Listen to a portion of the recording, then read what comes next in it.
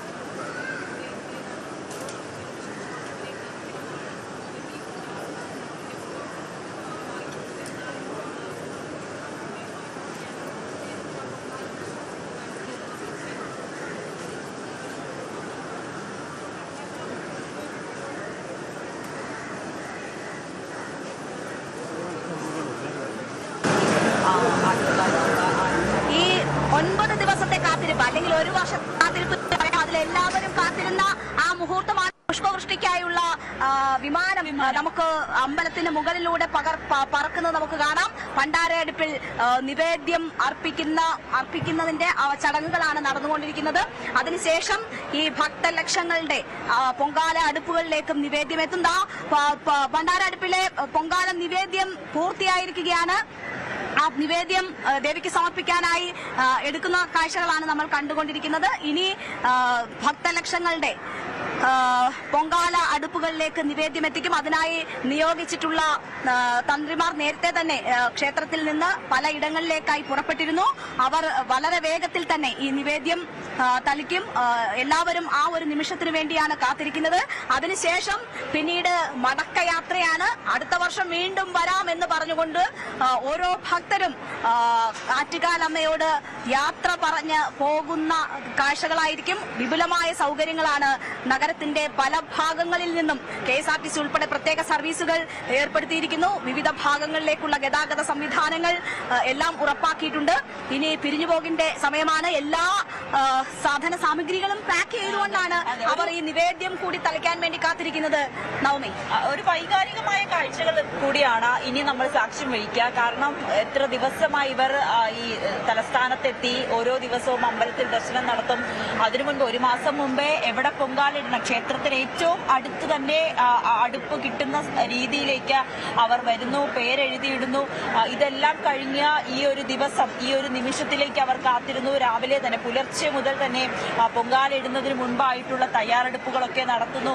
ഇത്രയും ഉച്ച വെയിലൊക്കെ കൊണ്ട് ആഹാരം കഴിച്ച ആ റോഡ് സൈഡിൽ കിടന്നുറങ്ങുന്നു. അതിനുശേഷം ഈ നിവേദ്യം ഈ ഒരു നിമിഷത്തിന് വേണ്ടി കാത്തിരിക്കുകയാണ്. ഇതെല്ലാം കഴിഞ്ഞ് ഇനി ഒരു മടക്കമാണ്. നേരത്തെ രേണുക പറഞ്ഞതുപോലെ തന്നെ ആറ്റുകാലമ്മയ്ക്ക് നന്ദി പറഞ്ഞുകൊണ്ട്, ആറ്റുകാലമ്മയെ മനസ്സ് നിറഞ്ഞ് പ്രാർത്ഥിച്ചുകൊണ്ട് ഇനിയും വരാമെന്ന് പറഞ്ഞ് പോകുന്ന തിരിച്ചു വീട്ടുകളിലേക്ക് മടക്കുന്ന ലക്ഷക്കണക്കിന് സ്ത്രീകളാണ് ഇന്ന് ഈ തലസ്ഥാനത്തുള്ളത്. ഈ ഒരു നിമിഷം അത് തന്നെയാണ് അവരെ സംബന്ധിച്ച് ഈ ഒരു വർഷത്തെ കാത്തിരിപ്പ് ഈ ഒരു നിമിഷത്തിന് വേണ്ടിയിട്ടായിരുന്നു.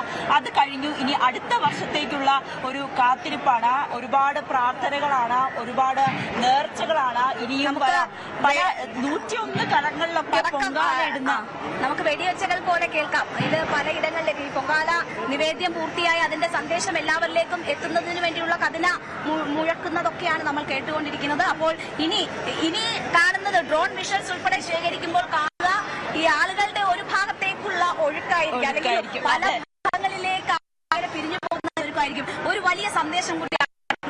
കാരണം എത്ര വലിയവനായാലും എത്ര ചെറിയവനായാലും എല്ലാവരും സമന്മാരാകുന്ന ഒരു കാഴ്ച കൂടിയാണ്. അവൻ വെയിലിന് മുന്നിലായാലും മണ്ണിന് മുന്നിലായാലും ഒക്കെ സമന്മാരാണ്. ഒരേപോലെ വന്ന് വഴിയിൽ ഒരേപോലെ കലങ്ങൾ കൂട്ടി അത്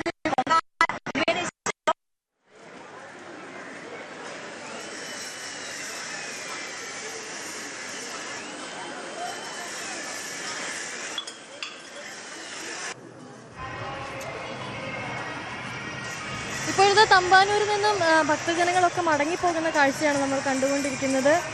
വാഹനങ്ങൾക്കൊക്കെ പോകാനുള്ള വഴിയൊക്കെ പോലീസുകാർ തന്നെ ഒരുക്കി നൽകുന്നുണ്ട്.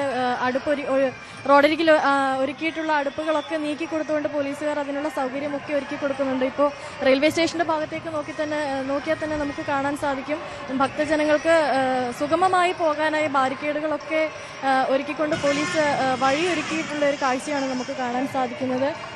നവമി നേരത്തെ പറഞ്ഞതുപോലെ തന്നെ സങ്കടകരമായ ഒരു കാഴ്ചയാണ്. ഇനി ഒരു വർഷത്തോളം കാലം അടുത്ത പൊങ്കാലയ്ക്കായി കാത്തിരിക്കണം. ആ ഒരു കാത്തിരിപ്പിനുള്ള ദിനങ്ങളാണ് ഇനി വരാൻ പോകുന്നത്.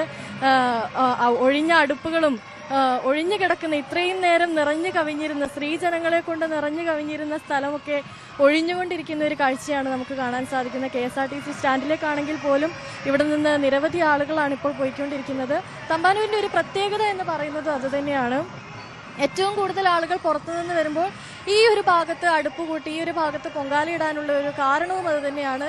ഈ പൊങ്കാല ഇട്ടതിന് ശേഷം തിരിച്ചു പോകാനുള്ള ഒരു എളുപ്പം കൂടി നോക്കിയാണ് ആളുകൾ ഈ ഒരു തമ്പാനൂർ ഇത്രയും അധികം ആളുകൾ പൊങ്കാലയിടാനുള്ള ഒരു സ്ഥലമായി തെരഞ്ഞെടുക്കാനുള്ള ഒരു പ്രധാനപ്പെട്ട കാരണം എന്ന് പറയുന്നത്. കാരണം പൊങ്കാല ഇട്ട് കഴിഞ്ഞാൽ നമുക്കറിയാം വിവിധ ദേശങ്ങളിൽ നിന്നെത്തുന്ന ലക്ഷക്കണക്കിന് സ്ത്രീകളാണ് പൊങ്കാലയിടാനായിട്ട് വരുന്നത്. അപ്പോൾ തിരിച്ചു പോകുമ്പോൾ വലിയ തരത്തിലുള്ള തിരക്ക് അനുഭവപ്പെടാനുള്ള ഒരു സാധ്യത കൂടിയുണ്ട്. ആ ഒരു സാധ്യതയെ മറികടന്ന് അതിൽ നിന്ന് രക്ഷപ്പെടാനും കൂടിയാണ് ഇത്രയും സ്ത്രീകൾ ഈ ഒരു ചുറ്റുവട്ടത്ത് തന്നെ പൊങ്കാല അടുപ്പുകൾ ഒരുക്കുന്നത്. നമ്മൾ രാവിലെ ഇവിടുത്തെ ദൃശ്യങ്ങളൊക്കെ എടുത്തപ്പോൾ കണ്ടിരുന്നു നിരവധി ആളുകളാണ് ഈ ഒരു KSRTC സ്റ്റാൻഡിനും റെയിൽവേ സ്റ്റേഷന്റെ മുന്നിലുമൊക്കെ ആയിട്ട് പൊങ്കാല അടുപ്പുകൾ ഒരുക്കിയിട്ടുള്ള അവരൊക്കെ ഇപ്പോൾ ആദ്യം മടങ്ങിപ്പോകുന്ന കാഴ്ചകളാണ് കണ്ടുകൊണ്ടിരിക്കുന്നത്. ഇവരൊക്കെ മടങ്ങിപ്പോയതിനു ശേഷം ഇനിയിപ്പോൾ പുറകെയുള്ള ആളുകൾ, അതായത് ആറ്റുകാൽ അമ്പലത്തിനടുത്ത് നിന്നും പൊങ്കാലയിട്ട ആളുകളൊക്കെ ഇപ്പോൾ മടങ്ങിപ്പോകും. അതുപോലെ തന്നെ ഇപ്പോൾ പോലീസുകാർ ഇതൊക്കെ സജ്ജീകരിച്ചു കൊണ്ടിരിക്കുകയാണ്. വാഹനങ്ങളൊക്കെ നിയന്ത്രിക്കുന്നുണ്ട്. അതുപോലെ തന്നെ ആളുകളെ പോകാൻ സഹായിക്കുന്ന ചില കാഴ്ചകളൊക്കെയാണ് നമ്മളിപ്പോൾ ആ ഭാഗത്ത് കണ്ടുകൊണ്ടിരിക്കുന്നത്. മറ്റൊരു കാര്യം എന്ന് പറയുന്നത് ഇപ്പോൾ ഇത് നിവേദ്യം സമർപ്പിക്കുന്ന കാഴ്ചയാണ് നമ്മൾ കാണുന്നത്. കുറേ ആളുകൾ നിവേദ്യം സമർപ്പിച്ചതിന് ശേഷം മടങ്ങിപ്പോവുകയാണ്. മറ്റു ചില ആളുകൾ ഇവിടെ കാത്തു നിൽക്കുകയായിരുന്നു ഇത്രയും നേരം നിവേദ്യം സമർപ്പിക്കുന്നതിനായി. ഇപ്പോൾ ഇത് പോറ്റി നിവേദ്യം അർപ്പിക്കുന്ന കാഴ്ചയാണ് നമ്മളിപ്പോൾ കണ്ടുകൊണ്ടിരിക്കുന്നത്. അതിൻ്റെ ഇപ്പുറത്തെ ഭാഗത്ത് നിന്നും ഇവരിതാ നിവേദ്യം അർപ്പിച്ച ആളുകൾ ഓരോന്നായി അടുപ്പുകളൊക്കെ മാറ്റി അവരുടെ സാധനങ്ങളൊക്കെ എടുത്ത് മടങ്ങിപ്പോകാനുള്ള ഒരുക്കത്തിലാണ്.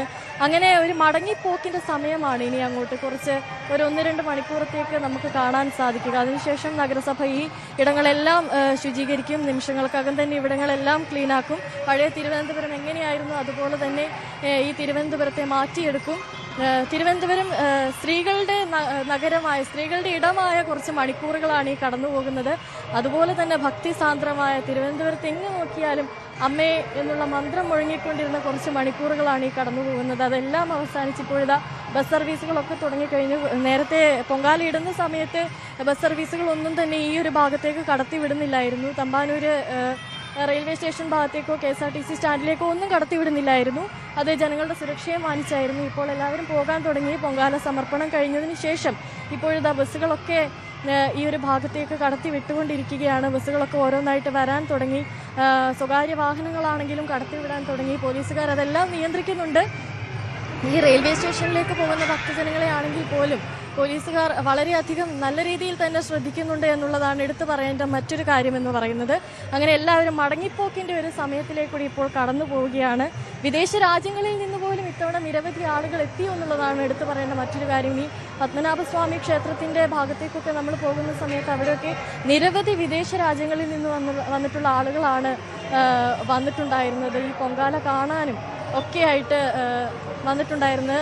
ആ ഒരു സമയത്ത് തന്നെ നമ്മൾ മറ്റുള്ളവരോട് സംസാരിക്കുന്ന സമയത്ത് അവർ പറയുന്നുണ്ടായിരുന്നു ഇനിയിപ്പോൾ അടുത്ത വർഷമാകുമ്പോൾ വിദേശ രാജ്യങ്ങളിൽ നിന്ന് പോലും പൊങ്കാല അർപ്പിക്കാൻ ആളുകൾ ഒരുപക്ഷെ ഇവിടെ വന്നേക്കാം. അപ്പോൾ ഇനി അടുത്ത വർഷം നമ്മൾ കാണാൻ പോകുന്നത് ഇതിലും വലിയ തിരക്കായിരിക്കും. കഴിഞ്ഞ വർഷം ഉണ്ടായതിനേക്കാൾ വലിയൊരു തിരക്കാണ് ഇത്തവണ ഉണ്ടായത് എന്നാണ് തോന്നിയിട്ടുള്ളത്. കാരണം ഒരുപാട് ആളുകളാണ് ഈ തമ്പാനൂർ ഭാഗത്തും ബേക്കറി ജംഗ്ഷനിലും പത്മനാഭസ്വാമി ക്ഷേത്ര പരിസരത്തും ഒക്കെ ആയിട്ടുണ്ടായിരുന്നത്. ഇപ്പോഴിത് അവരൊക്കെ മടങ്ങിപ്പോവുകയാണ്. അടുത്ത വർഷമാകുമ്പോൾ ഇതിലും തിരക്കുണ്ടാകും. അങ്ങനെ അനുശ്രീയാണ് അവിടെ നിന്നുള്ള വിവരങ്ങൾ നൽകിക്കൊണ്ടിരുന്നത്. ഇനിയും കൂടി വരുന്ന പൊങ്കാലയെ സംബന്ധിച്ചുള്ള അതിന്റെ ആൾക്കൂട്ടം കൂടി വരുന്നതിന്റെ പ്രതീക്ഷകളൊക്കെയാണ് അനുശ്രീ പങ്കുവെക്കുന്നത്. മൂന്നാം റൗണ്ടാണ് മനോഹരമാണല്ലേ അത് കാണാൻ. ഡ്രോൺ വിഷ്വലൊക്കെ കാണുമ്പോൾ വളരെ രസകരമായിട്ട് തന്നെ തോന്നും. എന്തായാലും നമ്മളുടെ ഒരു വർഷത്തെ ഭക്തജനങ്ങളുടെ കാത്തിരിപ്പാണ്. 9 ദിവസമായ അമ്പലത്തിലെ ഉത്സവം, അവിടുത്തെ തിരക്ക്, അത് മാധ്യമങ്ങൾ വാർത്തയാക്കുന്നു. എന്തായാലും ഈ കൊല്ലത്തെ പുഷ്പവൃഷ്ടി നടത്തിയ പുഷ്പമാണ് വലിയ സൗണ്ടുകളോടുകൂടി തന്നെ വീഴുന്നത്. ശബ്ദത്തോടുകൂടി പൂക്കളൊക്കെ ആളുകൾ അത് ഭക്തിയോടുകൂടിയാണ് ആ പൂക്കൾ ശേഖരിക്കുന്നത് പോലും. അതൊരു വലിയ ഭാഗ്യമായി കരുതി എടുക്കുന്നവരാണ് നമ്മൾ കാണുന്നത്. ഇത് ഈ നഗരത്തിന്റെ പല ഭാഗങ്ങളിലും ഈ രീതിയിൽ പുഷ്പവൃഷ്ടി നടക്കുകയാണ്. വിമാനത്തിൽ പുഷ്പവൃഷ്ടി നടക്കുകയാണ്. അതൊരു കൗതുകം തന്നെയാണ്. എന്തായാലും നമ്മളുടെ പൊങ്കാല കവറേജും അതിന്റെ അവസാന മിനിറ്റുകളിലേക്ക് കടക്കുകയാണ്. നാദിറ വീണ്ടും ഒരിക്കൽ കൂടി നമുക്കൊപ്പം ചേരുകയാണ്. നാദിറ, ആദ്യത്തെ പൊങ്കാല റിപ്പോർട്ടിംഗ് ആയിരുന്നു. ഒരു ദിവസം എന്തായാലും പൂർണ്ണമാവുകയാണ്. പുലർച്ചെ 4 മണിക്കാണ് നമ്മൾ ഇവിടെ എത്തിയത്. അപ്പോ എങ്ങനെയായിരുന്നു ഇന്നത്തെ ഒരു അനുഭവം? അതോടൊപ്പം ഒരു സെലിബ്രിറ്റി എന്നതിൽ നിന്ന് മാറ്റിവെച്ച് ഒരു റിപ്പോർട്ടർ എന്ന രീതിയിലേക്ക് കൂടി ഇറങ്ങിയത് എങ്ങനെയുണ്ട്? തീർച്ചയായിട്ടും എന്നെക്കാൾ കുറച്ചും കൂടി അതൊരു ബുദ്ധിമുട്ടായി നിങ്ങൾക്കാണെന്ന് മനസ്സിലാക്കുന്നത്. കാരണം റിപ്പോർട്ട് ചെയ്യാനായിട്ട് നമ്മൾ ഒരുങ്ങി നിൽക്കുന്ന സമയത്ത് ആളുകൾ വരുന്നു, തിക്കും തിരക്ക് നടക്കുന്നു, സെൽഫി എടുക്കുന്നു. പക്ഷെ ഇതൊന്നും നമ്മളെ ബാധിച്ചിട്ടില്ല എന്ന രീതിയിൽ തന്നെയാണ് ന്യൂസ് 18 പ്രേക്ഷകരിലേക്ക് നമ്മൾ വിഷ്വൽസും കാര്യങ്ങളൊക്കെ കൃത്യമായിട്ട് എത്തിച്ചിട്ടുള്ളത്. ഇതിൽ അവസാന നിമിഷത്തിലേക്ക് കടക്കുകയാണ്. എല്ലാവരും തങ്ങളുണ്ടാക്കിയ പായസവുമായിട്ട് അല്ലെങ്കിൽ നിവേദിച്ച പായസവുമായിട്ട് വീടുകളിലേക്ക് പ്രിയപ്പെട്ടവരെ കാത്തിരുന്നത് അല്ലെ, പ്രിയപ്പെട്ടവർക്കായിട്ട് കൊണ്ടുകൊടുക്കാനായിട്ട് പോവുകയാണ്. അത് വലിയൊരു എന്ന് പറഞ്ഞിട്ട് കൗതുകമൊക്കെ കഴിഞ്ഞ് നമ്മൾ തിരിച്ച് വീട്ടിലേക്ക് മടങ്ങുമ്പോഴും അടുത്ത വർഷത്തേക്കുള്ള ഒരു കാത്തിരിപ്പ് എന്നുള്ളതാണ്. എല്ലാ കൊല്ലവും ആറ്റുകാൽ പൊങ്കാല കഴിയുന്ന സമയത്ത് അടുത്ത വർഷത്തേക്കായുള്ള ഒരു കാത്തിരിപ്പ് ഒക്കെയാണ് ഇവിടുത്തെ മനുഷ്യർ മുന്നോട്ട് വയ്ക്കുന്നത്. അപ്പൊ അതിന്റെ ഒരു വലിയ സന്തോഷമൊക്കെ ഉണ്ട്. ഇത്രയും പൊങ്കാലക്കലകളില്ലേ, നമ്മൾ എത്രയോ ആയിരക്കണക്കിന് പൊങ്കാലക്കലകൾ കണ്ടു. പക്ഷെ നമുക്കാർക്കും പൊങ്കാല കിട്ടിയില്ല. പക്ഷെ എനിക്കുള്ള ഒരു പ്രതീക്ഷ എന്ന് പറഞ്ഞാൽ എവിടുന്നെങ്കിലും ഒക്കെ പൊങ്കാല വീട്ടിലെത്തുമെന്നുള്ള പ്രതീക്ഷയാണ്. അത് നമ്മളെ ഇഷ്ടപ്പെട്ട് വരുന്ന മനുഷ്യരൊക്കെ തന്നെ പൊങ്കാല കഴിഞ്ഞിട്ട് നമുക്ക് തരാമെന്ന് പറഞ്ഞിട്ടുള്ള ഒരു പ്രതീക്ഷ കൂടി നമുക്കുണ്ട്. പക്ഷെ അതൊന്നും അവര് പറഞ്ഞിട്ടില്ല. ഒരു പക്ഷെ നമ്മൾ അവിടെ നിന്ന് മാറി വന്നതുകൊണ്ടായിരിക്കാം. എങ്കിൽ പോലും വീട്ടിലേക്ക് തിരിച്ചു ചെല്ലുന്ന സമയത്ത് വീട്ടില് പായസം ഉണ്ടാകുമെന്നൊരു പ്രതീക്ഷയാണ്. കാരണം തൊട്ടടുത്തൂടെ പ്രത്യേകിച്ച് തിരുവനന്തപുരം സ്വദേശികൾക്ക് ഒരു വലിയൊരു അനുഭവമാണ്. തൊട്ടടുത്ത് ഹിന്ദുക്കളായിരിക്കുന്ന ഇത് പറഞ്ഞ കണക്ക് ആറ്റുകാൽ പൊങ്കാല ഇടുന്ന അതിലും വലിയൊരു മാതൃകയാണ്. ഓരോ വീട്ടിലും ഈ പൊങ്കാല പരസ്പരം കൈമാറുക എന്നത്, പലഹാരങ്ങൾ കൈമാറുക എന്നൊരു ശീലം പ്രത്യേകിച്ച് കൂടി. ഒരു നോമ്പ് കാലം കൂടിയാണ് ഇപ്പൊ കടന്നു പോകുന്നത്. അപ്പൊ ഈ നോമ്പ് കാലത്ത് അത് കഴിക്കാനായിട്ട് കാത്തിരിക്കുന്ന, നോമ്പ് തുറക്കുമ്പോൾ ആ പറഞ്ഞ പ്രത്യേകിച്ച് കഴിക്കാനായിട്ട് കാത്തിരിക്കുന്ന മുസ്ലിം സഹോദരങ്ങൾ നമുക്ക് ചുറ്റുമുണ്ടെന്നുള്ളതാണ്. നമ്മുടെ വീട്ടിൽ പൊങ്കാല ഇട്ടില്ലെങ്കിലും നമ്മുടെ വീട്ടിലേക്ക് അത് എത്തും. നവമിയുടെ വീട്ടിലെ പൊങ്കാല ഉണ്ടല്ലോ. തീർച്ചയായിട്ടും ആശ്വാസമുണ്ട്. രേണുക, ഞാൻ ഇതുവരെ ആറ്റുകാൽ പൊങ്കാല പക്ഷെ അത് ചെറുതായിരുന്നപ്പോ എന്റെ അമ്മുമ്മ വരുമായിരുന്നു, പൊങ്കാല ഇടും. പിന്നീട് അമ്മ വരും. ഞാൻ കുറച്ച് വലുതായപ്പോ അമ്മുമ്മ വീട്ടിൽ ഒറ്റയ്ക്കേ ഉള്ളൂ എന്ന് പറഞ്ഞാൽ അമ്മുമ്മയ്ക്ക് കൂട്ടായിരുന്നു ഞാൻ. അങ്ങനെ ഒന്നും വരാൻ പറ്റില്ല. പിന്നീട് ഞാൻ കൊച്ചിയിലേക്ക് പോയി. പക്ഷെ അമ്മുമ്മയ്ക്കും ഇത്തവണ വരാൻ പറ്റില്ല. പക്ഷെ എന്റെ ചേച്ചി പൊങ്കാല ഇട്ടിട്ടുണ്ട്. അപ്പൊ വീട്ടിലേക്ക് ചെന്നിട്ട് ചേച്ചി പൊങ്കാല ഇട്ട് കാത്തിരിക്കുകയാണ്. ഞാൻ അത് പോയി കഴിക്കണം. ഈ തിരുവനന്തപുരത്തിന്റെ മണ്ണിൽ നിന്ന്, ആറ്റുകാലിന്റെ മണ്ണിൽ നിന്ന് കേരളത്തിന്റെ വിവിധ ഭാഗങ്ങളിലേക്കാണ് പൊങ്കാല നിവേദ്യം എത്തുക. അല്പസമയത്തിനകം തന്നെ ഈ മടക്കയാത്ര, ഇതിനോടകം തന്നെ തമ്പാനൂരിലും മറ്റുമൊക്കെ മടക്കയാത്രകൾ ആരംഭിച്ചു കഴിഞ്ഞു. ആളുകൾ നിവേദ്യം തളിച്ചു കഴിഞ്ഞിരിക്കുന്നു. ഇനി വളരെ പെട്ടെന്ന് അവരവരുടെ വീട്ടിലേക്ക് എത്തുക എന്നതാണ്. എല്ലാ വിധത്തിലുള്ള സൗകര്യങ്ങളും ഒരുക്കിയിട്ടുണ്ട്. അപ്പോൾ തന്നെ പല വിധത്തിലുള്ള അനൗൺസ്മെന്റ്. ഈ സ്വർണ്ണാഭരണങ്ങൾ ഒക്കെ അണിഞ്ഞിട്ടുള്ളവർ അത് വലിയ തുണി ഉപയോഗിച്ച് അല്ലെങ്കിൽ സാരി ഉപയോഗിച്ച് കവർ ചെയ്തുകൊണ്ട് പോവുക. ഒരു തരത്തിലും ഒരു നഷ്ടം സംഭവിക്കരുത്. കൂടി ഈ വിഷയത്തിൽ പറയാനുള്ളത്, സാധാരണ എല്ലാ കൊല്ലത്തും പുഷ്പവൃഷ്ടി നടക്കുന്നത് ഒരു ഹെലികോപ്റ്ററിലായിരുന്നു എന്നുള്ളതാണ്. പക്ഷെ ഇത്തവണ 2 ഹെലികോപ്റ്ററാണ് അവര് ഉപയോഗിച്ചിട്ടുള്ളത്. അതും വളരെ ഭംഗിയായിട്ട് തന്നെ ജില്ലയിലെ എല്ലാ ഭാഗത്തേക്ക് എത്തിക്കാൻ ശ്രമിക്കുന്നുണ്ടുള്ള പ്രത്യേകത കൂടി ഈ വർഷം ഉണ്ടെന്നുള്ളതാണ്. അപ്പൊ എന്തായാലും അടുത്തൊരു പ്രശ്നം ഗതാഗത കുരുക്കാണ്. എല്ലാവരും എത്രയും വേഗം വീട്ടിലേക്ക് എത്താനുള്ള തിരക്കിലാണ്. നല്ല രീതിയിൽ ബ്ലോക്ക് ഉണ്ടാകും. അതും ആളുകൾ ഒന്ന് ശ്രദ്ധിക്കുക, ഒന്ന് ക്ഷമയോടുകൂടി. എന്തായാലും നമ്മൾ ഇത്രയും ക്ഷമിച്ചില്ലേ, അപ്പൊ ഇനിയും ആ ഒരു ക്ഷമയോടുകൂടി പോയി കഴിഞ്ഞാൽ നമുക്ക് വേഗത്തിൽ വീട്ടിലെത്താൻ കഴിയും. 2:30 ആവാൻ പോവുകയാണ്. 3:10 വരെയാണ് ക്ഷേത്ര ദർശനമുള്ളത്. അതിനുശേഷം ക്ഷേത്രം അടച്ചു കഴിഞ്ഞാൽ പിന്നീട് 7 മണിക്കായിരിക്കും തുറക്കുക. ഇന്ന് ചന്ദ്രഗ്രഹണ ദിവസം കൂടിയാണ്. കുംഭമാസത്തിലെ പൂരം നക്ഷത്രം, അതിലെ ചന്ദ്രഗ്രഹണ ദിവസം കൂടിയാണ് അല്ലേ? അപ്പോൾ പൂർണ്ണചന്ദ്ര ദിവസം കൂടിയാണ്. അതുകൊണ്ട് തന്നെ ക്ഷേത്രം ഇനി അടച്ചിടാൻ പോവുകയാണ്. 3:10 മുതൽ 7 വരെയുള്ള സമയത്താണ് ക്ഷേത്രം അടച്ചിടുക. അതുകൊണ്ട് തന്നെ ചേച്ചി വന്ന് കഴിഞ്ഞു അല്ലേ? ക്ഷീണിച്ചോ? നടന്നോ? പിന്നെ എത്ര വർഷമായി ചേച്ചി ഇപ്പൊ പൊങ്കാല? ഞാനിപ്പോ 7-8 പ്രാവശ്യം ഇട്ടിട്ടുണ്ട്. ഇനി അടുത്ത വർഷം വരാന്ന് പറഞ്ഞ് അമ്മയോട് നന്ദി പറഞ്ഞ് മടങ്ങുകയാണ്. ഓക്കെ ശരി. എവിടേക്കാ പോണ്ടേ? പുനലൂര്. നല്ല വിഷമമുണ്ടല്ലോ ചേച്ചിയുടെ മുഖത്ത്. എവിടുന്ന് അമ്മയെ കണ്ടു മടങ്ങുന്ന? ഒത്തിരി ടയേർഡാണ്. എന്നാൽ വേഗം പിന്നെ ഉറക്കളച്ചൊക്കെ ഇരുന്നല്ലേ ഞങ്ങളുടെ വീട്ടിലെത്തുന്നിടം വരെ ഇനി ടെൻഷനാണ്. ശരി, എന്തായാലും ഇതുപോലെ അമ്മയെ കണ്ട അവസാന യാത്ര പറഞ്ഞു മടങ്ങുന്നവരുമുണ്ട്. നമുക്കൊപ്പം അനുശ്രീ ഒരിക്കൽ കൂടി ചേരുകയാണ്. അനുശ്രീ, അവിടെ നിന്നും മടക്കയാത്ര ആരംഭിച്ചോ ഭക്തർ? എന്താണ് അവിടെ നിന്നുമുള്ള വിവരങ്ങൾ?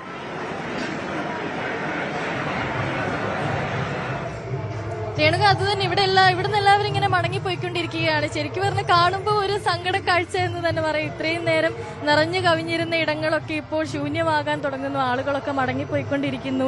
അടുത്ത പൊങ്കാലയ്ക്ക് ഇനി ഒരു വർഷം കാത്തിരിക്കണമല്ലോ എന്നുള്ള ഒരു ആലോചനയിലായിരിക്കും ഒരുപക്ഷെ ഇവരൊക്കെ മടങ്ങുന്നുണ്ടാവുക. കാരണം വ്രതമെടുത്ത് അത്രയും ഭക്തിയോടെ പൊങ്കാലയിടാൻ വന്ന സ്ത്രീകളാണ് ഇവരെല്ലാവരും. ഇനി അടുത്ത പൊങ്കാലയ്ക്കായുള്ള കാത്തിരിപ്പിലാണ് എല്ലാവരും. അതുപോലെ എടുത്തു പറയേണ്ട മറ്റൊരു കാര്യം എന്ന് പറയുന്നത് രേണുക, എല്ലാവരും മടങ്ങിപ്പോകാൻ തുടങ്ങി. ഒരു സൈഡിൽ നിന്ന് നഗരസഭ അവരുടെ പണി തുടങ്ങിയിട്ടുണ്ട്. അവരെല്ലാം ക്ലീൻ ചെയ്യാനുള്ള, എല്ലാം വൃത്തിയാക്കാനുള്ള പണിയൊക്കെ ആരംഭിച്ചിരിക്കുകയാണ്. ഒരു ഭാഗത്ത് നോക്കിയാൽ മനസ്സിലാവും അവര് അടുപ്പ് കൂട്ടി ഇഷ്ടികയും അതുപോലെ അവർ ഭക്തർ സാധനങ്ങൾ കൊണ്ടുവന്ന പേപ്പറും പ്ലാസ്റ്റിക്കും ഒക്കെ വേർതിരിച്ച് മാറ്റി തൂത്ത് വൃത്തിയാക്കുന്ന കാഴ്ചകളാണ് ഒരു ഭാഗത്ത് നിന്ന് നമ്മൾ കാണുന്നത്. ഇതാണ് ഞാൻ നേരത്തെ പറഞ്ഞതുപോലെ തന്നെ അല്പം മണിക്കൂറുകൾക്കുള്ളിൽ തന്നെ തിരുവനന്തപുരത്തിന്റെ ആ പഴയ മുഖം, ഒരു ശാന്തമായ തിരുവനന്തപുരത്തിന്റെ മുഖം അല്പം മണിക്കൂറുകൾക്കകം തന്നെ നമുക്ക് തിരിച്ചു കിട്ടും. അപ്പോഴും ഒരു സങ്കടം എന്ന് പറയുന്നത് ഇത്തവണത്തെ പൊങ്കാല കഴിഞ്ഞ് വർഷത്തേക്ക് കൂടി പൊങ്കാലയ്ക്ക് വേണ്ടി കാത്തിരിക്കണമെന്നതാണ്. ഈ റെയിൽവേ സ്റ്റേഷന്റെ ഭാഗത്തേക്ക് നോക്കിക്കഴിഞ്ഞ് കഴിഞ്ഞാൽ മനസ്സിലാവും നിരവധി ആളുകൾ അവിടെ കൂടി നിൽക്കുകയാണ്, ആളുകൾ പോകാൻ വേണ്ടിയിട്ട്. പക്ഷെ പോലീസ് അത് വളരെ നല്ല രീതിയിൽ തന്നെ അവരെ നിയന്ത്രിക്കുന്നുണ്ട് എന്നുള്ളതാണ്. ജനത്തിരക്ക് കൂടുന്ന ഒരു സമയമുണ്ടാകുമ്പോൾ ആ ജനങ്ങളെ കൺട്രോൾ ചെയ്ത് അതിനുശേഷം ബാരിക്കേഡുകൾ തുറന്നുകൊടുത്ത് ഘട്ടം ഘട്ടമായാണ് ആളുകളെ ഉള്ളിലേക്ക് കയറ്റി വിടുന്നത്. സ്പെഷ്യൽ ട്രെയിനുകൾ ഇവർക്ക് പോകാനായി അനുവദിച്ചിട്ടുണ്ട് എന്നുള്ളതാണ്. 2 സർവീസുകളാണുള്ളത്, കോട്ടയം ഭാഗത്തേക്കും ആലപ്പുഴ ഭാഗത്തേക്കും. അതിന് പൊതുവെ എല്ലാ സ്ഥലങ്ങളിലും സ്റ്റോപ്പുകളും അനുവദിച്ച് നൽകിയിട്ടുണ്ട്. അതുകൊണ്ട് തന്നെ ഭക്തജനങ്ങൾക്ക് അത്ര വലിയ ബുദ്ധിമുട്ടുണ്ടാകില്ല മടങ്ങിപ്പോകാൻ എന്നുള്ളതാണ്. അതുപോലെ തന്നെ KSRTC ബസ്സുകൾ ഒരു ഭാഗത്തേക്ക് നോക്കിക്കഴിഞ്ഞാൽ നമുക്ക് മനസ്സിലാവും. KSRTC ബസ്സുകളൊക്കെ സർവീസ് ആരംഭിച്ചു കഴിഞ്ഞു. ബസ്സുകളിലൊക്കെ നിരവധി ആളുകളാണുള്ളത്. എല്ലാവരും മടങ്ങിപ്പോക്കിന്റെ ഒരു തിടുക്കത്തിലാണ്. അപ്പോഴും എല്ലാവർക്കും അനുശ്രീയാണ് അവിടെ നിന്നുള്ള വിവരങ്ങൾ നൽകിയത്. മടക്കയാത്രയുടെ ദൃശ്യങ്ങളാണ് നഗരമെങ്ങും കാണുന്നത്. ഇനി അടുത്ത വർഷം കാണാമെന്ന് പറഞ്ഞ് എല്ലാ ഭക്തരും വിരിയുകയാണ്. നമുക്കും അടുത്ത വർഷം കാണാം. ആറ്റുകാൽ പൊങ്കാലയുമായി എല്ലാ പ്രേക്ഷകർക്കും നന്ദി. ന്യൂസ് 18 ടീം ആറ്റുകാൽ ക്ഷേത്രനടയിൽ നിന്ന്. നമസ്കാരം, സ്പോട്ട് ലൈവിലേക്ക് സ്വാഗതം. പശ്ചിമേഷ്യൻ സംഘർഷം ഇന്ന് 4ാം ദിവസത്തിൽ അസാധാരണ സാഹചര്യങ്ങളിലേക്ക് ലോകം നീങ്ങുകയാണ്. യുദ്ധം നേരിട്ട് ബാധിക്കുന്ന രാജ്യങ്ങൾക്ക് പുറമെ പരോക്ഷമായിട്ടാണെങ്കിലും യുദ്ധത്തിന്റെ കെടുതികൾ എല്ലാ രാജ്യങ്ങളും നേരിടുകയാണ്. അതിനിടെ ഇറാൻ ഹോർമുസ് കടലിടുക്ക് അടച്ചു. കപ്പലുകൾ കടക്കാൻ ശ്രമിച്ചാൽ കത്തിക്കുമെന്നാണ് മുന്നറിയിപ്പ്. ഇറാന്റെ 11 പടക്കപ്പലുകൾ ഇല്ലാതാക്കിയെന്ന് US സെൻട്രൽ കമാൻഡ് അറിയിച്ചു. സംഘർഷം തുടരുന്ന സാഹചര്യത്തിൽ എണ്ണവില കുതിക്കുമെന്നും മുന്നറിയിപ്പുണ്ട്. അതേസമയം അരാംകോ റിഫൈനറി ആക്രമിച്ചിട്ടില്ലെന്ന് ഇറാൻ വ്യക്തമാക്കി.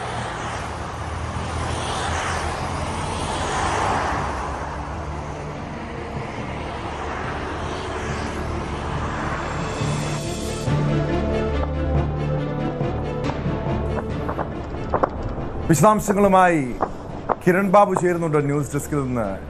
കിരൺ ബാബു, ഇവിടെ ഇറാനെതിരായിട്ടുള്ള US ആക്രമണം തുടരുന്ന സാഹചര്യത്തിൽ അത് അതിശക്തമായ ആക്രമണം ഉണ്ടാകുമെന്ന് US പ്രസിഡന്റ് ഡൊണാൾഡ് ട്രംപ് സൂചന നൽകുമ്പോൾ അമേരിക്ക ഇതുവരെയും കണ്ടിട്ടില്ലാത്ത രീതിയിലുള്ള തിരിച്ചടി ഉണ്ടാകുമെന്ന് ഇറാനും മുന്നറിയിപ്പ് നൽകുന്നു. എന്ത് പ്രതീക്ഷിക്കാമിനി?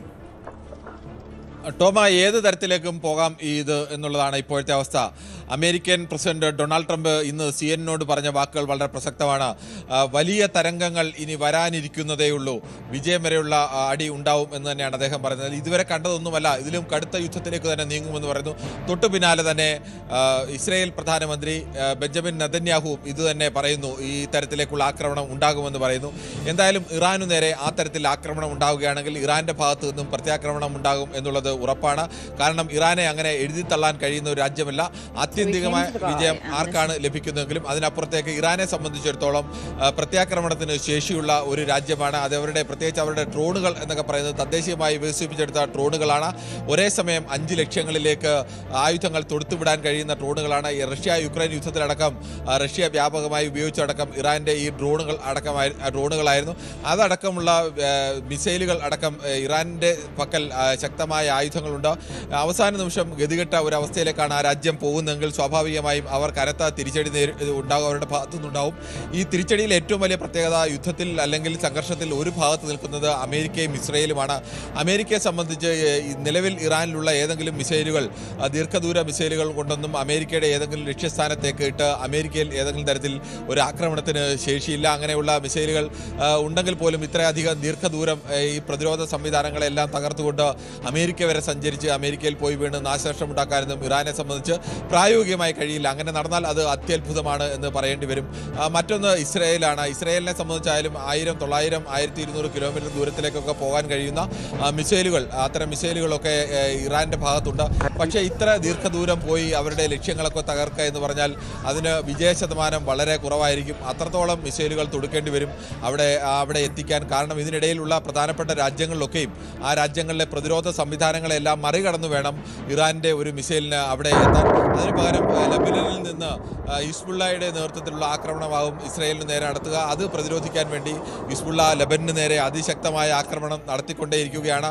അതുകൊണ്ട് ഒരു പരിധിക്കപ്പുറം ഇസ്രയേലിനും അങ്ങനെ നേരിട്ട് ഒരു ഇറാന്റെ ഭാഗത്തു നിന്ന് അതിശക്തമായ ആക്രമണം ഉണ്ടായി തങ്ങളുടെ ഏതെങ്കിലും തന്ത്രപ്രധാനമായ മേഖലകൾ നശിക്കുമെന്നോ അല്ലെങ്കിൽ അവിടെ വലിയ ആക്രമണം ഉണ്ടാകുമെന്നോ കാര്യമായി ഭയപ്പെടേണ്ടതില്ല. പക്ഷേ അമേരിക്കയെ പോലെ അത്ര സുരക്ഷിതമല്ല ഇസ്രയേൽ എന്നുള്ള ഒരു വിഷയം കൂടിയുണ്ട്. ലബനിൽ നിന്നൊക്കെ ആക്രമണം ഉണ്ടായിക്കഴിഞ്ഞാൽ ഇസ്രയേലിന് കടുത്ത ആഘാതം ഉണ്ടാകാൻ സാധ്യതയുണ്ട്. പക്ഷേ ഇതിൽ ഏറ്റവും നമ്മളെ സംബന്ധിച്ചിടത്തോളം ആശങ്കപ്പെടുത്തുന്ന ഘടകം ഈ ആക്രമണം ഏറ്റവും കൂടുതൽ നേരിടേണ്ടി വരിക ഇറാന് തൊട്ട് ചേർന്ന് കിടക്കുന്ന ഗൾഫ് രാജ്യങ്ങളാവും, ഈ GCC രാജ്യങ്ങൾക്ക് നേരെയാവും. കാരണം ഈ GCC രാജ്യങ്ങളെല്ലാം തന്നെ അമേരിക്കയിലെ വ്യോമത്താവളങ്ങൾ, അമേരിക്കയുടെ താവളങ്ങൾ ഈ രാജ്യങ്ങളെല്ലാം ഉണ്ട്. ഇവരെല്ലാം തന്നെ ഇറാൻ പക്ഷത്തല്ല നിൽക്കുന്നത്, അമേരിക്കൻ ഇസ്രയേൽ അച്ചുതണ്ടിന്റെ പക്ഷത്താണ് നിൽക്കുന്നത്. അതുകൊണ്ട് തന്നെ ഈ രാജ്യങ്ങളിലേക്കാവും പ്രധാനമായും ആക്രമണം ഉണ്ടാകുക. ആക്രമണം ഉണ്ടായിക്കഴിഞ്ഞാൽ സ്വാഭാവികമായും ധാരാളം ഇന്ത്യക്കാരുള്ള രാജ്യങ്ങളാണ്. ഇതെല്ലാം തന്നെ മലയാളികളുള്ള രാജ്യമാണ്. നമ്മളെ സംബന്ധിച്ച് വലിയ ആശങ്ക, ലോകക്രമത്തിൽ ലോകത്തെ ഏതു മനുഷ്യരും മരിക്കുന്നതും ആശങ്ക തന്നെയാണ്. പക്ഷേ പ്രത്യേകിച്ച് അതിൽ ഇന്ത്യക്കാരും മലയാളികളും ഒക്കെ ഉൾപ്പെടുന്നു എന്ന് വരുമ്പോൾ കൂടുതൽ വൈകാര്യമായ ഒരു അംശം കൂടി അതിൽ പെടും. അതുകൊണ്ട് തന്നെ അത്തരം ഒരു ആശങ്ക ഓരോ ഇന്ത്യക്കാരൻ്റെ മനസ്സിലും ഇന്ത്യ എന്ന രാജ്യത്തിൻ്റെ മനസ്സിലും എല്ലാം തന്നെ ഉണ്ട്. പ്രത്യേകിച്ച് മലയാളികളൊക്കെ ധാരാളമായി അവിടെ ഉണ്ട് എന്നുള്ളത് തന്നെയാണ്. ഇന്ന് ട്രംപ് പറഞ്ഞ CNN-നോട് പറഞ്ഞ വാക്കുകൾ വളരെ പ്രസക്തമാണ്. അദ്ദേഹം 4 ലക്ഷ്യങ്ങളാണ് മുന്നോട്ട് വെക്കുന്നത്. ഒന്ന്, ഇറാന്റെ മിസൈൽ ശേഷി നശിപ്പിക്കുക എന്നുള്ളതാണ്. 2, ഇറാൻ നാവികസേനയെ ഉന്മൂലനം ചെയ്യുക എന്നുള്ളതാണ്.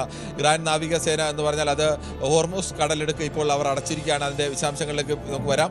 അവിടെയൊക്കെ ആ മേഖലയിലൊക്കെ വലിയ ശക്തമായ നാവികസേനയുള്ള രാജ്യമാണ് ഇറാൻ. 3, ഇറാന്റെ ആണവമോഹം അവസാനിപ്പിക്കുക എന്നുള്ളതാണ്.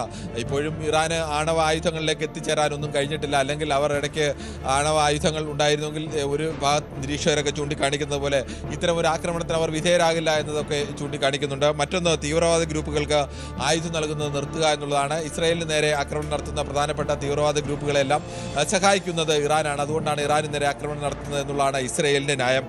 പക്ഷേ ഇസ്രായേൽ പ്രധാനമന്ത്രി ബെഞ്ചമിൻ നെതന്യാഹു പറയുന്നത് ഇസ്രായേൽ പുതിയൊരു ഭരണക്രമത്തിന് കൂടി തങ്ങൾ ലക്ഷ്യമിടുന്നുവെന്നാണ്. ട്രംപ് പക്ഷേ ആ വിഷയം പറയുന്നില്ല. എന്തായാലും ഇനി ഒരു ശക്തമായ ആക്രമണത്തിന് തന്നെയാണ് ഈ 2 രാജ്യങ്ങളും തുടക്കം കുറിച്ചിരിക്കുന്നത്. ഇന്നലെ വൈകുന്നേരത്തോടു കൂടി ഈ യുദ്ധം അവസാനിക്കും, അല്ലെങ്കിൽ ഈ ഒരു ആക്രമണം അവസാനിക്കുമെന്നുള്ള പ്രതീതി ഉണ്ടായിരുന്നു. കാരണം വ്യോമപാത ഭാഗികമായി തുറന്നിരുന്നു. വ്യോമപാത ഭാഗികമായി തുറന്നു എന്നതിനർത്ഥം ലോകത്തെവിടെയായാലും സാധാരണ ജനങ്ങൾക്ക് ഒരു സംഘർഷം അവസാനിക്കുന്നു എന്നതിൻ്റെ സൂചന വ്യോമപാത തുറക്കുക എന്നുള്ളതാണ്. വ്യോമപാത തുറക്കുന്നതിനർത്ഥം ആകാശത്തുകൂടി പിന്നീട് 2 രാജ്യങ്ങളുടെയും മിസൈലുകൾ ചീറിപ്പായില്ല എന്ന് തന്നെയായിരുന്നു.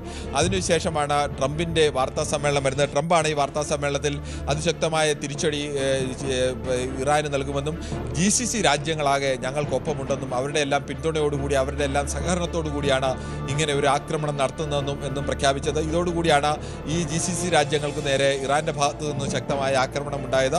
ഈ ആക്രമണത്തിൽ മഹാഭൂരിപക്ഷം മിസൈലുകളും തകർക്കാൻ ഈ രാജ്യങ്ങൾക്കിടെ അമേരിക്കയുടെയും അതോടൊപ്പം തന്നെ ഇസ്രായേലിൻ്റെയും പ്രതിരോധ സംവിധാനങ്ങൾക്ക് കഴിഞ്ഞിട്ടുണ്ട്. പക്ഷേ തകർക്കുമ്പോൾ പോലും ഈ രാജ്യങ്ങളിലൊക്കെ ആകാശത്ത് വെച്ചാണ് ഇതൊക്കെ തകർക്കുന്നത്. കിരൺ ബാബു സൂചിപ്പിച്ചതുപോലെ ഈ ഒരു യുദ്ധം ആക്രമണം ഇങ്ങനെ നീണ്ടുപോയാൽ ഏറ്റവും കൂടുതൽ ആശങ്കപ്പെടുന്നത് സ്വാഭാവികമായും നമ്മൾ ഓരോരുത്തരുമായിരിക്കും, ഇന്ത്യക്കാരായിരിക്കും. പ്രത്യേകിച്ച് നിരവധി മലയാളികളടക്കം ഈ ഗൾഫ് രാജ്യങ്ങളിലുണ്ട്. ഈ US എംബസിക്ക് നേരെ, അതായത് സൗദി അറേബ്യയിലെ റിയാദിലുള്ള US എംബസിക്ക് നേരെ പോലും ആക്രമണം, ഇറാന്റെ ഡ്രോൺ മിസൈൽ ആക്രമണങ്ങൾ നടന്നിരുന്നു. ആക്രമണത്തിൽ എംബസിക്ക് തീപിടിച്ചതായി റിപ്പോർട്ടുകളുണ്ട്. മറ്റ് രാജ്യങ്ങളിലേക്കും ഇറാന്റെ ആക്രമണം ഉണ്ടാകുന്നുണ്ടോ? നിലവിലൊരു സാഹചര്യം എന്താണ്? കാരണം ഇന്നും ഈ 4ാം ദിവസവും ഇരു രാജ്യങ്ങളും പരസ്പരം ഏറ്റുമുട്ടുന്ന അല്ലെങ്കിൽ ആക്രമണത്തിലേക്ക് നീങ്ങുന്ന ഒരു സാഹചര്യമുണ്ട്. എവിടെന്നെങ്കിലും അനിഷ്ട സംഭവങ്ങൾ റിപ്പോർട്ട് ചെയ്തിട്ടുണ്ടോ കിരൺ ബാബു? ടോം, അത് തന്നെയാണ് ഏറ്റവും പ്രധാനം. ഈ GCC രാജ്യങ്ങളൊന്നും തന്നെ നേരിട്ട് അവരുടെ എയർബേസുകളൊന്നും ഇറാന് നേരെ ആക്രമണം നടത്താൻ വേണ്ടി അമേരിക്കയ്ക്കോ ഇസ്രയേലിനോ തുറന്നു കൊടുത്തിട്ടില്ല. പക്ഷേ ഈ രാജ്യങ്ങളിലെല്ലാം തന്നെ ഇറാൻ പക്ഷത്തല്ല നിൽക്കുന്നത്. നേരത്തെ പരമ്പരാഗതമായി തന്നെ ഇറാനുമായി ശത്രുതയിലോ അല്ലെങ്കിൽ ഇറാനുമായി എതിരായ നിലപാടോ സ്വീകരിക്കുന്ന രാജ്യങ്ങളൊക്കെ തന്നെയാണ്. പക്ഷേ ഈ രാജ്യങ്ങളെല്ലാം തന്നെ ഈ അമേരിക്കയുടെ അടക്കം വ്യോമത്താവളങ്ങളും അവരുടെ സഹായവും ഒക്കെ ഉണ്ട്. അതുകൊണ്ട് തന്നെ ഇറാനെ സംബന്ധിച്ച് ഏറ്റവും വേഗത്തിൽ കഴിയുന്നത് ഈ GCC രാജ്യങ്ങളിലെ അമേരിക്കയ്ക്ക് അല്ലെങ്കിൽ ഇസ്രയേലിന് സഹായം ചെയ്യുന്ന GCC രാജ്യങ്ങൾക്ക് നേരെ ആക്രമണം നടത്തുക എന്നുള്ളതാണ്. അതിനുള്ള ആയുധ സംവിധാനങ്ങളൊക്കെ ഇറാനിലുണ്ട്. ഇറാനെ സംബന്ധിച്ച് അവിടത്തേക്ക് വിടുന്ന അപകടങ്ങൾ ഈ GCC രാജ്യങ്ങളിലെല്ലാം ഉണ്ടാകുന്നുണ്ട്. തീപിടുത്തം ഉണ്ടാകുന്നുണ്ട്. അത് ഇറാന്റെ ആക്രമണത്തിൽ ഏതെങ്കിലും ലക്ഷ്യസ്ഥാനം ഭേദിച്ച് തകർന്നിട്ടാണോ അതോ മറ്റ് രാജ്യങ്ങളുടെ ആകാശത്ത് വെച്ച് ഇറാന്റെ മിസൈലുകളും ഡ്രോണുകളും ഒക്കെ നശിപ്പിക്കുമ്പോൾ അത് നശിപ്പിച്ചാൽ അതിൻ്റെ അവശിഷ്ടങ്ങൾ വന്നു വീഴുന്നത്, തീപിടിച്ച് തന്നെ വന്നു വീഴുന്നത് കെട്ടിടങ്ങളുടെ മുഖത്തോ മുകളിലോ ജനവാസ മേഖലകളിലോ ഒക്കെ ആവും. അല്ലെങ്കിൽ മറ്റേതെങ്കിലും പ്രധാനപ്പെട്ട റിഫൈനറികളുടെ ഒക്കെ മുകളിലാണെങ്കിൽ സ്വാഭാവികമായും അവിടെ തീപിടുത്തം ഉണ്ടാകാനുള്ള സാധ്യതയൊക്കെ ഉണ്ട്. അങ്ങനെയാണോ അപകടങ്ങൾ ഉണ്ടാകുന്നത് അതോ ഇറാൻ ആ ലക്ഷ്യങ്ങൾ ഭേദിച്ചുകൊണ്ട് നടത്തുന്ന ആക്രമണത്തിലാണോ അപകടം ഉണ്ടാകുന്നത്? ഇതെല്ലാം സ്ഥിരീകരിക്കാൻ കഴിയുക ഇപ്പോൾ നമുക്ക് കഴിയില്ല. കാരണം ഈ യുദ്ധത്തിനെ സംബന്ധിച്ചുള്ള ഒരു പ്രധാനപ്പെട്ട വിഷയം, ഇത്തരം കാര്യങ്ങളിലൊന്നും ഈ രാജ്യങ്ങൾ ഔദ്യോഗികമായ സ്ഥിരീകരണം നൽകാൻ തയ്യാറാവില്ല. ഇപ്പോൾ തന്നെ സൗദി അറേബ്യയിലെ അമേരിക്കൻ എംബസിക്ക് നേരെ ആക്രമണം ഉണ്ടായി എന്നതിൽ അവിടെ തീപിടുത്തം ഉണ്ടായി എന്നത് അവിടുത്തെ മാധ്യമങ്ങളടക്കം സ്ഥിരീകരിക്കുന്നുണ്ട്. പക്ഷേ ഇത് ആക്രമണത്തിലാണോ അതോ ഇറാന്റെ ഏതെങ്കിലും ഡ്രോൺ വെടിവെച്ചിട്ടപ്പോൾ അല്ലെങ്കിൽ അല്ലാതെ മിസൈൽ കൊണ്ട് തകർത്തപ്പോൾ അത് തകർന്ന് വീണ് ഉണ്ടായ തീപിടുത്തമാണോ? അത്തരം കാര്യങ്ങളൊക്കെ നമുക്ക് ഇനി വരാനിരിക്കുന്നേ മറ്റൊരു പ്രധാനപ്പെട്ട അപകടം എന്ന് പറയുന്നത് എണ്ണവില കുതിച്ചുയരാനുള്ള സാധ്യത ഉണ്ട് എന്നുള്ളതാണ്. ഹോർമൂസ് കടലിടുക്ക് ഇറാൻ പൂർണ്ണമായും അടച്ചു. ഹോർമൂസ് കടലിടുക്ക് വഴി വരുന്ന ഏത് എണ്ണക്കപ്പലുകളായാലും ഞങ്ങളുടെ അനുമതിയില്ലാതെ വരുന്ന ഏത് എണ്ണക്കപ്പലുകളെയും തങ്ങൾ ആക്രമിക്കും, അതിന് തീയിടും എന്ന് തന്നെ ഇറാൻ മുന്നറിയിപ്പ് നൽകിയിട്ടുണ്ട്. ഈ ഹോർമൂസ് കടലിടുക്കിൻ്റെ ഏറ്റവും പ്രധാനപ്പെട്ട ഒരു പ്രത്യേകത UAEയുടെയും ഒമാൻ്റെയും ഒക്കെ അതിർത്തി ഒരു ഭാഗത്ത് വരുന്നെങ്കിൽ മറുഭാഗം വരുന്നത് പൂർണ്ണമായും അത് ഇറാന്റെ കൈവശമാണ്, ഇറാന്റെ നിയന്ത്രണത്തിലാണ്. അതുവഴി കടന്നു പോകുന്ന എണ്ണക്കപ്പലുകൾക്ക് മേൽ ആക്രമണം നടത്താൻ ഇറാന് യാതൊരു പ്രയാസവുമില്ല. ഇറാൻ ആക്രമിക്കും എന്ന് പറഞ്ഞു കഴിഞ്ഞാൽ പൂർണ്ണമായും ഇറാനെ നിർവീര്യമാക്കാതെ അതുവഴി എണ്ണക്കപ്പലുകൾക്ക് കടന്നു പോകാൻ കഴിയാത്ത അവസ്ഥയുണ്ടാവും. ഇത് 150ഓളം എണ്ണക്കപ്പലുകളാണ് ഈ ഭാഗത്ത് മാത്രം ഇപ്പോൾ യാത്ര ചെയ്യാൻ കഴിയാതെ തമ്പടിച്ചിരിക്കുന്നതെന്നാണ് പുറത്തു വന്ന റിപ്പോർട്ടുകൾ. അങ്ങനെയാണെങ്കിൽ എണ്ണവില കുതിച്ചുയരാനുള്ള സാധ്യതയുണ്ട്.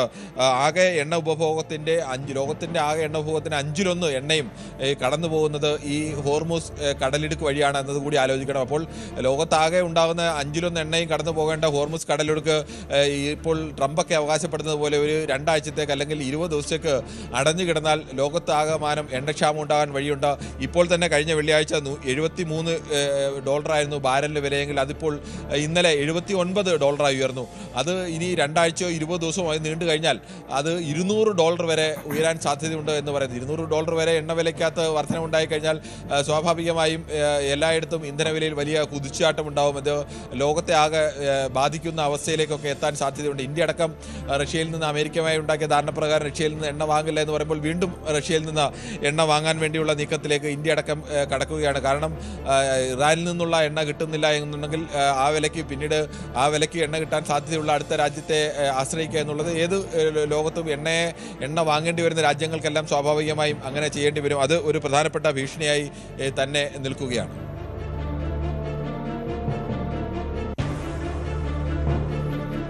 വ്യക്തമാണ്. അതാണ് കിരൺ ബാബു സൂചിപ്പിച്ചതുപോലെ ഈ പശ്ചിമേഷ്യൻ സംഘർഷം 4ാം ദിവസത്തേക്ക് നീങ്ങുമ്പോൾ അത് അസാധാരണമായ ചില സാഹചര്യങ്ങളാണ് ലോകം നേരിടുന്നത്. യുദ്ധം നേരിട്ട് ബാധിക്കാത്ത രാജ്യങ്ങളെപ്പോലും വലിയ രീതിയിലുള്ള പ്രതിസന്ധികളായിരിക്കും വരും ദിവസങ്ങളുണ്ടാകാൻ പോവുക. അത് ഒരുപക്ഷെ പെട്രോളിൻ്റെ വില, സ്വർണത്തിൻ്റെ വില, ഓഹരി വിപണി ഉൾപ്പെടെ ഇത് ബാധിക്കും. മറ്റു വിലക്കയറ്റത്തിന് പോലും സാധ്യതയുണ്ട് ഇങ്ങനെ യുദ്ധം നീണ്ടുപോയാൽ. സ്പോട്ട് ലൈവിന് പരിശോധിക്കുന്നത് മറ്റൊരു വാർത്തയാണ്. ആലപ്പുഴ മാന്നാറിൽ മക്കൾക്ക് ജ്യൂസിൽ വിഷം കലർത്തി നൽകുകയും സ്വയം കുടിക്കുകയും ചെയ്ത അച്ഛന് പിന്നാലെ മൂത്ത മകളും മരിച്ചു. മാന്നാർ ആലുമൂട് സ്വദേശി മനോജ്, മകൾ ശിവനന്ദന എന്നിവരാണ് മരിച്ചത്. രണ്ടാമത്തെ മകൾ ശിവഗംഗ പരുമലയിലെ സ്വകാര്യ ആശുപത്രിയിൽ ചികിത്സയിലാണ്. സാമ്പത്തിക പ്രശ്നമാണ് ഈ രീതിയിലുള്ള ഒരു ദുരന്തത്തിന്, ഒരു കൂട്ട മരണത്തിന് കാരണമായതെന്നാണ് നിഗമനം. വിവരങ്ങളുമായി ആലപ്പുഴയിൽ നിന്ന് ശരണ്യ സ്നേഹജൻ ചേരുന്നു. ശരണ്യ, ഇന്നലെ വൈകിട്ടോടുകൂടിയാണ് ഈ ഒരു വാർത്ത പുറത്തു വരുന്നത്. അതായത് മക്കളെ 7ഉം 11ഉം വയസ്സ് മാത്രം പ്രായമുള്ള 2 പെൺകുട്ടികളെ സ്കൂളിൽ നിന്നും കാറിൽ കൂട്ടിക്കൊണ്ടുവന്ന അച്ഛൻ അതിനിടെ അവർക്ക് ജ്യൂസ് നൽകുന്നു. ആ ജ്യൂസിൽ വിഷം കലർത്തിയിരുന്നു. അച്ഛൻ്റെ മരണം ഇന്നലെ തന്നെ സംഭവിച്ചിരുന്നു. 2 പെൺകുട്ടികൾ ആശുപത്രിയിൽ ചികിത്സയിലായിരുന്നു. ഇപ്പോൾ മൂത്ത മകളും മരിച്ചുവെന്ന ദുഃഖകരമായ വാർത്തയാണ് വരുന്നത്. എപ്പോഴാണ് മരണം സംഭവിച്ചത്? ഇളയ കുട്ടിയുടെ ആരോഗ്യനില എങ്ങനെയാണ്?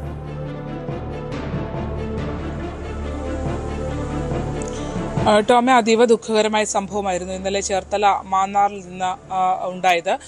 ഈ 2 കുട്ടികൾ, അതായത് അച്ഛൻ മനോജ് എരമത്തൂർ സ്വദേശിയാണ്. അദ്ദേഹം തൻ്റെ മക്കൾക്ക് ജ്യൂസിൽ വിഷം നൽകിയതിനു ശേഷം മനോജും കുടിച്ച് 3 പേരും മരണത്തിലേക്ക്, ആത്മഹത്യയിലേക്ക് പോകുന്ന രീതിയിലുള്ള കാര്യങ്ങളായിരുന്നു. അതിനുശേഷം ഇളയ കുട്ടി, അതായത് മൂത്ത കുട്ടി ശിവനന്ദന, ആ കുട്ടി മരണപ്പെട്ടു.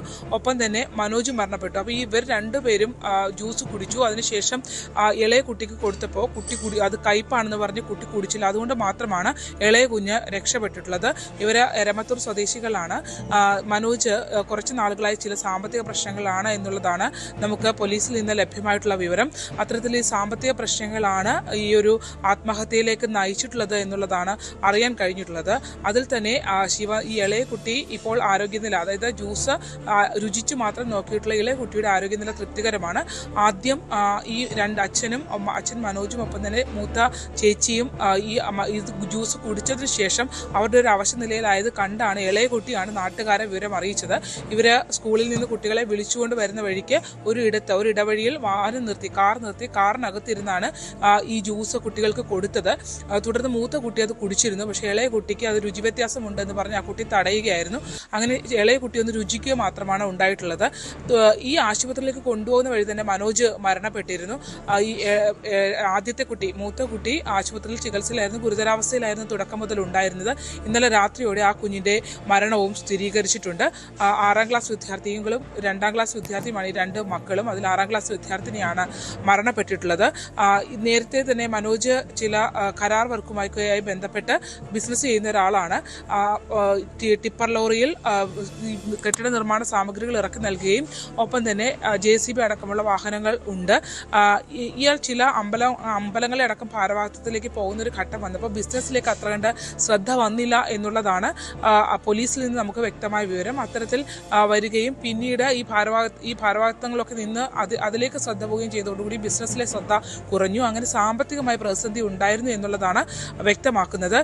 ഫെഡറൽ ബാങ്കിൽ 36 ലക്ഷത്തോളം വായ്പ ഉണ്ടായിരുന്നു. അത് വീടിന്റെ പേരിലുള്ള രേഖകൾ പണയം വെച്ചിട്ടായിരുന്നു ഈ വായ്പ എടുത്തിട്ടുള്ളത്. അത് തിരിച്ചടവ് മുടങ്ങിയിട്ടുണ്ട് എന്നുള്ള വിവരം പോലീസ് പറയുന്നു.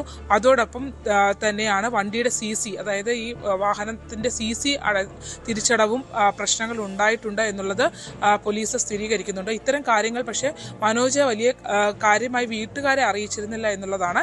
3 പെൺകുട്ടികളാണ് ഉള്ളത്. അതിൽ തന്നെ ഏറ്റവും അവസാനത്തെ കുട്ടി കൈക്കുഞ്ഞാണ്. ഭാര്യയും കൈക്കുഞ്ഞും വീട്ടിൽ ആണ് ഉണ്ടായിരുന്നത്. ഈ മൂത്ത 2 പെൺകുട്ടികളെ വിളിച്ചുകൊണ്ട് വരുന്നത് വഴിക്കാണ് ഇങ്ങനെ ഒരു സംഭവം ഉണ്ടായിട്ടുള്ളത്. എന്തായാലും വളരെ ദുഃഖകരമാണ്. ഇപ്പോൾ വണ്ടാനം മെഡിക്കൽ കോളേജ് ആശുപത്രിയിലാണ് മൃതദേഹങ്ങൾ ഉള്ളത്. ഇൻക്വസ്റ്റ് നടപടികൾ പൂർത്തിയാക്കി പോസ്റ്റ്മോർട്ടത്തിന് ശേഷം സംസ്കാരത്തിന് അതാണ് ഏറ്റവും സങ്കടകരം. അവിടെ അനാഥരാകുന്ന 2 പിഞ്ചു കുഞ്ഞുങ്ങളുണ്ട്, ഭാര്യയുണ്ട്. സ്വാഭാവികമായി അവർക്കറിയാം ഭർത്താവിനെയും മൂത്ത മകളെയും നഷ്ടപ്പെട്ടതിൻ്റെ വേദന കുടുംബത്തിനുണ്ട്. ഈ സാമ്പത്തിക ബാധ്യത തന്നെയാണ് ഇതിന് കാരണമായതെന്ന് പറയുന്നുണ്ട്. പക്ഷേ എന്തുകൊണ്ടായിരിക്കും ഈ ഭാര്യയെയും ഈ ഒരു കൈക്കുഞ്ഞിനെയും തനിച്ചാക്കി ഇങ്ങനെയൊരു ക്രൂരകൃത്യത്തിന് അയാളെ പ്രേരിപ്പിച്ചത്, മനോജിനെ പ്രേരിപ്പിച്ചതെന്ന് കൂടി അറിയണം. അതുമായി ബന്ധപ്പെട്ട മറ്റേ ആത്മഹത്യക്കുറിപ്പോ മറ്റോ ഇവിടെ നിന്ന് കണ്ടെത്താൻ കഴിഞ്ഞിരുന്നു എവിടെയെങ്കിലും? അല്ലെങ്കിൽ അത്ര സൂചനകൾ, എന്തോ ഇങ്ങനൊരു ആത്മഹത്യയെക്കുറിച്ചുള്ള സൂചനകൾ എപ്പോഴെങ്കിലും മനോജ് നൽകിയിരുന്നോ ശരണ്യ?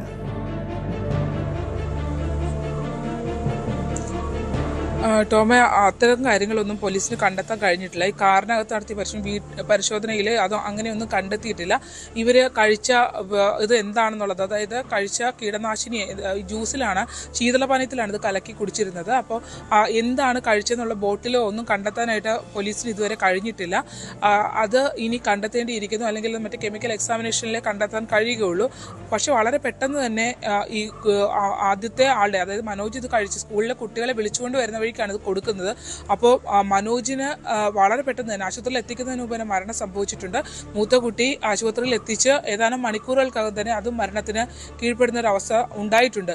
അപ്പോൾ ഈ നമ്മൾക്ക് അന്വേഷണത്തിൽ നിന്ന് വ്യക്തമായിട്ടുള്ളത് ഈ സാമ്പത്തിക ലോൺ അടക്കമുള്ള വായ്പകൾ അടക്കമുള്ള പ്രശ്നങ്ങൾ, സാമ്പത്തിക ബാധ്യതകൾ ഉണ്ട് എന്ന് കുടുംബത്തിന് അറിയാമെങ്കിലും അതിനകത്ത് തിരിച്ചടവ് മുടങ്ങിയതോ അല്ലെങ്കിൽ അത് മറ്റു രീതിയിലുള്ള പ്രശ്നങ്ങളിലേക്ക് എത്തി നിൽക്കുന്നു എന്നുള്ള വിവരം കാര്യമായി കുടുംബത്തെ ധരിപ്പിച്ചിട്ടില്ലായിരുന്നു എന്നുള്ളതാണ് അറിയാൻ കഴിഞ്ഞിട്ടുള്ളത്.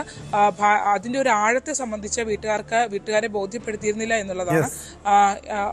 എന്താണ് ഇങ്ങനെ രണ്ട് കുട്ടികളും മാത്രമായിട്ട് അങ്ങനെ ഒരു വ്യക്തമാണ്. ശരണ്യ സ്നേഹജനാണ് വിവരങ്ങൾ നൽകിയത്. ആലപ്പുഴ മാന്നാറിലാണ് അച്ഛൻ 2 പെൺമക്കൾക്ക് വിഷം കൊടുത്ത ശേഷം, ജ്യൂസ് വിഷം കലർത്തി നൽകിയ ശേഷം ജീവനൊടുക്കിയത്.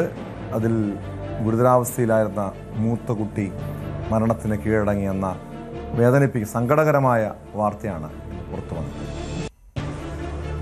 ശബരിമല സ്വർണ്ണക്കൊള്ള കേസുമായി ബന്ധപ്പെട്ട് തിരുവിതാംകൂർ ദേവസ്വം ബോർഡ് മുൻ പ്രസിഡന്റ് എൻ വാസുവിനെ ED ചോദ്യം ചെയ്യുകയാണ്. കൊച്ചിയിലെ സോണൽ ഓഫീസിലാണ് ചോദ്യം ചെയ്യൽ.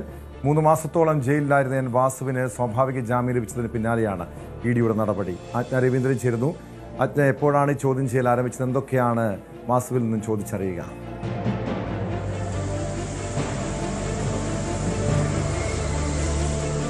രാവിലെ ഒരു 11 മണിയോട് കൂടിയാണ് എൻ വാസു എറണാകുളത്തെ EDയുടെ സോണൽ ഓഫീസിൽ ഹാജരായത്. ED സ്വർണ്ണക്കൊള്ള കേസുമായി ബന്ധപ്പെട്ടുള്ള കേസിലെ 3ാം പ്രതിയാണ് എൻ വാസു. കഴിഞ്ഞ 3 മാസമായി അദ്ദേഹം ജയിൽവാസം അനുഭവിക്കുകയും ചെയ്തു. തുടർന്ന് സ്വാഭാവിക ജാമ്യത്തിലാണ് എൻ വാസു ഇറങ്ങിയത്. അതിനുശേഷം സ്വാഭാവിക ജാമ്യത്തിൽ ഇറങ്ങിയ എല്ലാവരെയും, അതായത് SITയുടെ അന്വേഷണ പരിധിയിൽ വരുന്ന പ്രതിപട്ടികയിലാക്കിയിട്ടുള്ള 28 പേരെയും ED ചോദ്യം ചെയ്യുന്നുണ്ട്. അതിനുശേഷം ജയിൽവാസം അനുഭവിച്ച് സ്വാഭാവിക ജാമ്യത്തിൽ ഇറങ്ങിയ ഓരോരുത്തരെയായി ED വിളിച്ചു വരുന്നുണ്ട്. അതേസമയം 1ാം പ്രതി ഉണ്ണികൃഷ്ണൻ പോറ്റിക്ക് ഇതുവരെ ED നോട്ടീസ് നൽകിയിട്ടില്ല. അത് പ്രധാനപ്പെട്ട കാര്യമെന്ന് പറയുന്നത് മറ്റുള്ള ആളുകളെ എല്ലാം ചോദ്യം ചെയ്ത ശേഷമായിരിക്കും ED ഉണ്ണികൃഷ്ണൻ പോറ്റിയിലേക്ക് പോവുക എന്നാണ് മനസ്സിലാക്കാൻ കഴിയുന്നത്. തന്ത്രിക്കും നോട്ടീസ് നൽകിയിട്ടുണ്ട്. മാർച്ച് 1 ഹാജരാകാനായിരുന്നു നോട്ടീസ് നൽകിയത്. ഈ ആഴ്ച തന്നെ തന്ത്രിയും അതായത് കണ്ഠരര് രാജീവരും അടുത്ത ദിവസങ്ങളിൽ തന്നെ ഹാജരാകുമെന്നാണ് മനസ്സിലാക്കാൻ കഴിയുന്നത്. ഇവരുടെ ബാങ്ക് ഡീറ്റെയിൽസുമായി ബന്ധപ്പെട്ട കാര്യങ്ങളാണ് ഇപ്പോൾ ED പരിശോധിച്ചു വരുന്നത്. നേരത്തെ തന്നെ ശബരിമല സ്വർണ്ണക്കൊള്ളയുമായി ബന്ധപ്പെട്ട് EDയുടെ അന്വേഷണം, ED കൂടി കേസിൽ ഇടപെടണമെന്ന് കോടതി ആവശ്യപ്പെട്ടതിനെ തുടർന്നാണ് ED അന്വേഷണം തുടങ്ങുന്നത്. നേരത്തെ ED ഇതുമായി ബന്ധപ്പെട്ട SIT അന്വേഷണ റിപ്പോർട്ടുകൾ സമർപ്പിക്കുന്ന സാഹചര്യത്തിൽ EDക്ക് SIT റിപ്പോർട്ടുകളുടെ പകർപ്പ് നൽകിയിരുന്നില്ല. അത് പ്രത്യേകിച്ചും കോടതിയുടെ മേൽനോട്ടത്തിലുണ്ടായിരുന്ന ഒരു സാഹചര്യത്തിൽ EDക്ക് പകർപ്പ് നൽകാൻ SIT വിസമ്മതിച്ചെന്ന സാഹചര്യത്തിലാണ് കൊല്ലം വിജിലൻസ് കോടതിയുടെ ഉത്തരവിനെ തുടർന്നാണ് പിന്നീട് EDക്ക് ഇതുമായി ബന്ധപ്പെട്ടുള്ള രേഖകളും വിശദാംശങ്ങളും ഒക്കെ SIT നൽകി തുടങ്ങിയത്. അതിനുശേഷമാണ് ED ശബരിമലയിൽ സ്വർണ്ണക്കൊള്ളയുമായി ബന്ധപ്പെട്ട ഈ പ്രതിപട്ടികയിൽ ചേർത്തിട്ടുള്ള ആളുകളെ ഒക്കെ ED ചോദ്യം ചെയ്യാൻ വിളിച്ചുകൊണ്ടിരിക്കുന്നത്. ഓരോരുത്തരെയായി ED വിളിച്ചുകൊണ്ടിരിക്കുന്നുണ്ട്. കഴിഞ്ഞ ആഴ്ച സാക്ഷികളായവരെ, അതെന്താണ് ജയറാം ഉൾപ്പെടെയുള്ള ആളുകളെയും കഴിഞ്ഞ ആഴ്ച ED വിളിച്ച് ചോദ്യം ചെയ്തിരുന്നു, മൊഴിയെടുത്തിരുന്നു. എന്തായാലും ഈ EDയുടെ, അതായത് ശബരിമല സ്വർണ്ണക്കൊള്ളയുമായി ബന്ധപ്പെട്ട് 28 പേരെ, പ്രതിപട്ടികയിലുള്ള 28 പേരെയും ED വിളിപ്പിക്കും.